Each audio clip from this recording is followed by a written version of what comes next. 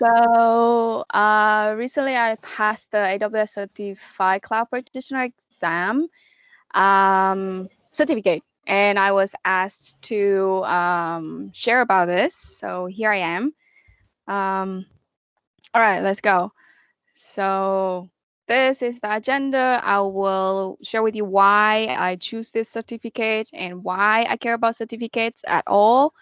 What learning resources I used to pass the certificate, and why did I mention about 7 days timeline, and of course recap. So first of all, why AWS Certified Cloud Practitioner certificate? Because I cannot move on without mentioning this handsome guy who brought this opportunity to CDU and TAs and students at CDU. I think this is really good opportunity. Thank you very much, Sam, for bringing this certificate into our CDU. And since I'm the TA for CS 519 Cloud Computing Overview course, I do need to pass this one. That's why this opportunity was given to me.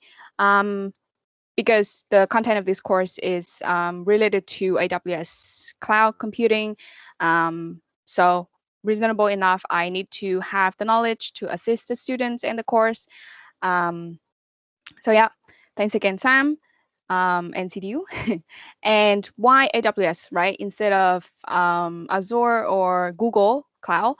Um, One of the reasons is because we have a partnership already with AWS, so that's why we are going for it. However, here's a quick glance of the services that the three providers offers, which you can look at later for your own perspective. and so that is AWS certificate. So why do I take certificates at all? Because as some of you may know, I been taking certificates. Last year was Linux Plus, this year's this one, and hopefully more. So why certificates is something cool to care about, right? Because chances are, if you want to take a certificate about something, chances are you already know about that topic. You have some skills in it. Um, and for somebody who, like me, I don't know about how the way you study, but for me, and I know a lot of people have the similar method of studying.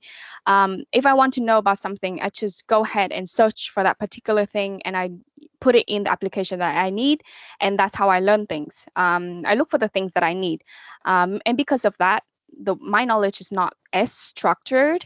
And um, like for example, this month I learned about EC2 because I needed to use EC2, and then I don't know all the features that come along with it. And probably next month I'll learn about S3, and then the month later I would come back and find something super cool about EC2, which if you were to take a certificate, it would be more structured, and you know everything you need to know at the same time.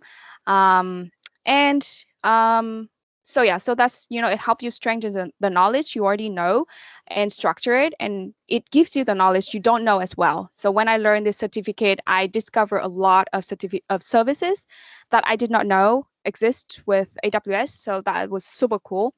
Um, and for you, if you don't know anything about any of the knowledge that the certificates offer, that it's even better, right? So you get to learn even more. It feels even more exciting.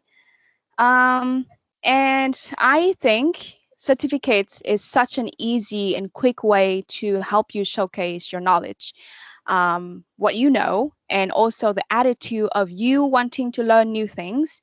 And it's also show that you've spent the hard works on getting this certificate. So I think this is really good when you apply for a job.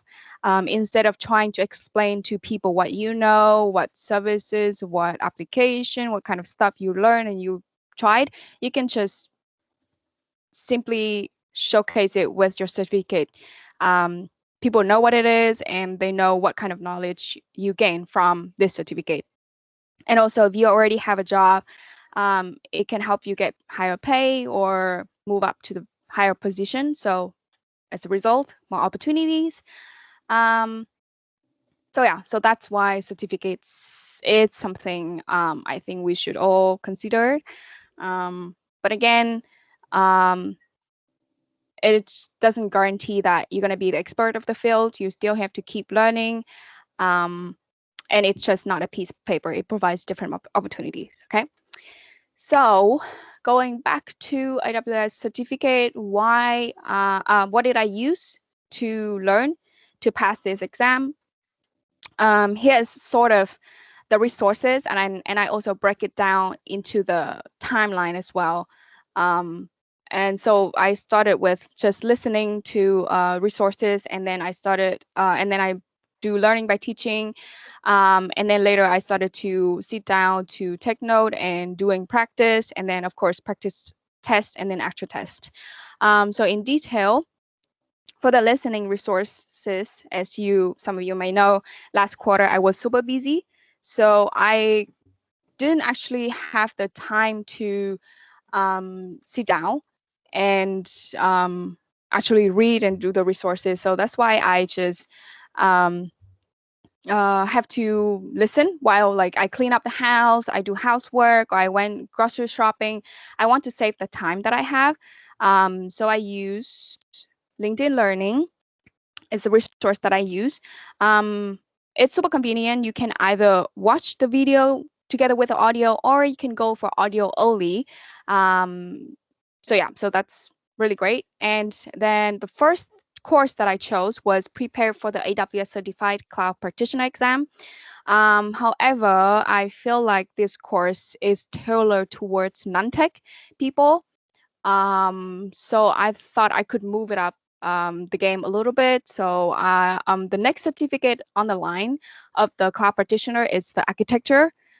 So I look for that course on LinkedIn Learning, and I think this is much more fitting for technical people. So I went with this one, and this one it skips all the super basic stuff like what is a data center or what is the server, that kind of stuff. So if you already have technical background, I think this is a good one.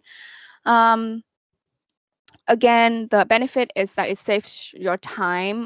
While I clean up, I do housework and that kind of stuff, I can use that time to still learn. And I think since you are not 100% focused on this one because you are doing other stuff at the same time, right? So you can treat it as kind of like a prerequisite or a quick brush up of the knowledge where you learn the new concepts, the new words, tips of the exams, and that kind of stuff. But the disadvantage is since you're not 100% focused on what you're listening to, you can't forget what you've listened time to time. That happens to me. But who knows, if you're super good with multitasking, maybe you can remember everything. And so when the quarter ended, thanks to Handsome Guy again, he initiated a workshop where several of us were to share the knowledge with each other. We basically teach each other several chapters, and I had to teach them 3 chapters. So this is the time where I was actually forced to study. So this is really good motivation for me because I know I have to present, so I have to sit down and actually look through the knowledge. So that's good. Motivation is good. Um, and of course, while you prepare for the presentation, you have to make sure what you're going to explain is correct. So you need to revisit the knowledge again and again. And after you present, people's going to ask you a question, which will help you strengthen your knowledge. And also, if you don't know the answer, you can later dive more into it, which you know what you are not 100% strong in terms of the domains. So learning by teaching is always an awesome way if you have somebody to study with. I always highly recommend this one. I cannot think of a disadvantage of this. And thanks to this motivation, I actually have more, for motivation to sit down. And because at this point I only have 1 week until the next quarter, this quarter starts, so I have to pass the exam. So that's another motivation as well. And at this point I use AWS Academy, where inside the academy they have the course and they have the virtual lab, quizzes, video lecture, and then lecture slides. And for this one, I think the good thing is they provide you with a lot of theories, but at the same time, that it's also a disadvantage because it's too much theories, I think. Again, this is just my personal opinion, but I feel like the way that AWS Academy delivered the concepts was not appetizing to me. A lot of the fancy words were introduced, but there was no explanation of what they are. So it was much harder for me to digest, and I have to go outside, look for other resources to see what they're talking about. Um, so because of that, I couldn't see the value or how powerful AWS was at this stage. And but at the same time, they have the virtual lab and they have chapter quizzes to help you practice and knowledge check what you learn. So that's a good one. So yeah, so think of, is there anybody I know who have a better learning material, or he knows a lot about he or she knows a lot about cloud computing already? And Spencer came up in my mind because I remember every time I talked to him, he talked about this a lot of services that I've never heard in my life, and he's been using them. So I assumed this guy would know my answer, and he recommended a cloud guru. Thank you, Spencer. And this is the game changing for me. I was really, really in love with a cloud guru. It's really awesome. It's basically a learning platform for all cloud concepts. So at this step, every concept, every fancy keywords, every definition were broken down and well explained. They give you what is each services, why is that services is useful for which purposes. So you don't have to like memorize which service you need to use for what situation just based on the documentation, but using a cloud guru, you can understand why you need to choose them. So I really like that. Um, and because of that, I started to see how powerful AWS was. And at this point, I was very, very excited with AWS cloud computing. Um, and iCloud Guru also provides sandbox environments because they have a lot of demos, and they ask you to kind of do it along with them. And a lot of the services I really want to try, but some of them would cost you money. And the sandbox come in handy at this point because you can try out all of the services, and once you are done, you can just shut off the sandbox. It's kind of like InfoSec Virtual App. And you don't have to worry about forgetting to shut off any service and getting charged later. So I really like it.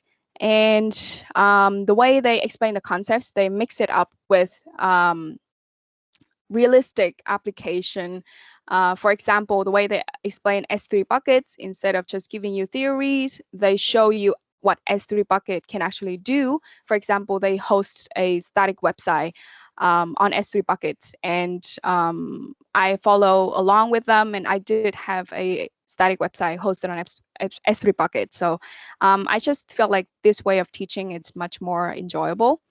And just like AWS Academy, they have chapter quizzes in the end of each chapter, and they provide you with practice tests. Um, and so after I went through all of the learning materials, so LinkedIn Learning, it's about uh, 14 hours or so. And then all of the videos in A Cloud Guru is about 24 hours, and I think similar amount for AWS Academy. So once I'm done with that, I went ahead with the practice exam of both A Cloud Guru and AWS Academy. So for the AWS Academy, they provide a $20 practice exam. You can buy it, and I think it has like 30 questions. I don't remember exactly. But anyways, taking the practice exam, it helps in the way that you can get used to the platform. So then later when you take the actual exam, you're not going to freak out not knowing what to do. And also it helps you get used to the questioning style, because if you ever take certificates before, you would know that each certificate has a different style of putting the questions together, using the words. So you kind of just need to get used to their language. So that's why practice exam is useful. And of course, once the exam is done, they will show you the results, like how many percentage of each domains and overall you have answered correctly. So you can base on that to come back and study more on the domains that you are not 100% strong at. And of course, once you're done, take the actual exam. And the benefit of taking the actual exam and passing the certificate is you have the right to brag about yourself. So pretty much that's how I do it in a glance. Okay, so why did I mention about 7 day? Um, I passed in 7 days. Is it because I want to show up with you guys? Maybe, but actually no. I just want to say 7 days because before I actually did consider to take AWS certificates long before this, but I asked several people about their suggestions, and they all come back to me with like really super fancy description. It makes me feel like you have to be super experienced and you have to be a genius to take the test, which is not true. Now that I took the test, I know. So if I just want to bring in this fair perspective to you guys, you don't have to be a genius to take the certificate. If you don't have a tech background, it would take probably 6 to 12 months, which is also the same amount that AWS clarified on their website. Um, but if you have a technical background and you have used EC2 or any cloud platform before, then you probably need about like a month. It could be less as well or more. It really depends on how well you understand what you do. And if you take CS 519, I have high hopes that after 10 weeks, you should probably be able to pass this exam. Um, and like Elena said earlier, 2020 was a really strange year, and I know a lot of us lost a lot of motivation. Um, so 7 days, I just want to show you guys that a lot of things can be done just in a short period of time, and you can be very productive with just 7 days. And please don't take my 7 day timeline as a competition to you. It's just a reference to bring in a fair perspective of how hard the certificates can be or cannot be. So don't take it as a pressure for yourself because everybody study differently. I made this mistake of comparing my progress with other people, so I don't want you to do that. That's why um, I mentioned these kind of perspectives. And okay, let me sum it up. Certificates are totally worth it. Go take it. Just once you are done, still keep studying. Don't sleep on your success. And the right resource can make big differences. So try different ones. Choose the one that you enjoy the most. Make studying a fun thing. And if you cannot figure it out, just ask for help, like I did. And again, don't pressure yourself with other people's achievement perspective or timeline. This is just to bring you different perspectives. And most importantly, cloud computing is the future. So do go for it. And I hope you guys will take the test and best of luck to you guys. Any question? Thanks for listening. Thank you, Kim. That was really great. Thank you. No, I'm also a fan of certificates. I used to do them for languages as a language nerd, and I agree with you. Like they are really good just to show an employer or whomever that you need to show a specific skill. It's just a really good way to do that.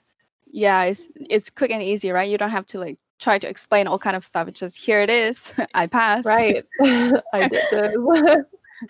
Yeah. So any questions, comments? Let me see. How about Oh yeah. CS519 students? Okay, so for CS519 students, after you take the course, and if you guys decided that you want to take this certificate, just let me know, and I will collect all the information from everyone who wants to take the test, and we can request a voucher for you guys, so you guys don't have to pay the full price, which is $100. We have the partnership with AWS, so we can provide you with 50% off. So let me know if you want to take the test, and I will get the vouchers for you, and you should be able to pay only $50. So keep that in mind. Thank you, guys. Thank you, Kim.